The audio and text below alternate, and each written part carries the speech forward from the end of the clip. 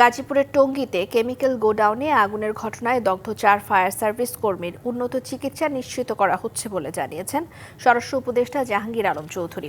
সকালে জাতীয় বার্ন ইনস্টিটিউটে দগ্ধদের শারীরিক অবস্থার খোঁজ নেন স্বরাষ্ট্র উপদেষ্টা। এ সময় তিনি জানিয়েছেন, চিকিৎসার সকল ধাপে সহযোগিতা করবে সরকার।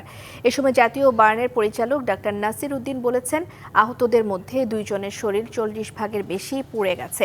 এটা যে কোনো ক্ষেত্রেই শঙ্কার বিষয়, তবে তাদের সুস্থতায় সর্বোচ্চ চেষ্টা করা হবে। এর আগে সোমবার বিকেলে টঙ্গীর সাহারা মার্কেট এলাকার একটি কেমিক্যাল গোডাউনে আগুন লাগলে নিয়ন্ত্রণের সময় 5 ফায়ার সার্ভিস কর্মী দগ্ধ হন। তাদের 4 জনকে জাতীয় বার্ন ও প্লাস্টিক সার্জারি ইনস্টিটিউটে এবং বাকি 1 জনকে ঢাকা মেডিকেল কলেজে ভর্তি করা হয়।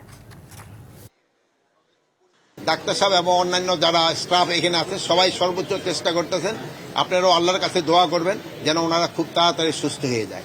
আর আমাদের এখানে থেকে যত ধরনের সাপোর্ট এবং সহযোগিতা এই হসপিটালকে দেওয়া দরকার হবে, আমাদের তরফ থেকে এটা দেওয়া হবে, ফায়ার ব্রিগেড এবং আমাদের স্বরাষ্ট্র মন্ত্রণালয় থেকে এবং সরকারের তরফ থেকে।